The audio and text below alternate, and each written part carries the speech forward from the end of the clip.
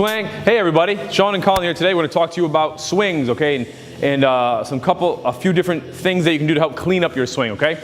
So one thing that you want to focus on, first thing and foremost, is the goal of the swing is not to get a bell to a certain height, all right? Basically, the height of the bell is going to be dictated upon how long your arms are, okay? So some people's swing might finish here, depending if it's a heavy bell. If it's a lighter bell, it might swing a bit higher. But if you're trying to focus on the height of the bell, that indicates that you're leaning back with your chest a bit and lifting with your arms, okay? As you can see here, when Sean does that, the top position, he's hyperextending his lumbar. He's actually not disconnecting his hips from his upper body, which is what you want to do, which is going to lead into my next point, okay?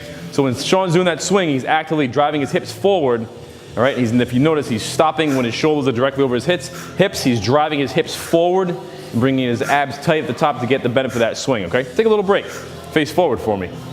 Also, too, one thing you want to always focus on, face forward, that's forward. You want to make sure that your feet are always as close together as possible, okay? When you're in this plane, you're driving weight forward as if you're going to hop forward. You get more power when your feet and your hips are right under your feet or directly under your hips, okay? If you go too wide, you're going to lose that extension. You're going to use your back, okay? So you want to make sure your feet are very close together. You never want to have a wide stance, okay? If you do have a wide stance, that's going to really put a lot of tension on the outside of your hips, all right? As well, it's going to force you to rock and not use your hamstring, okay? You wouldn't run like this if you didn't have to, but all right.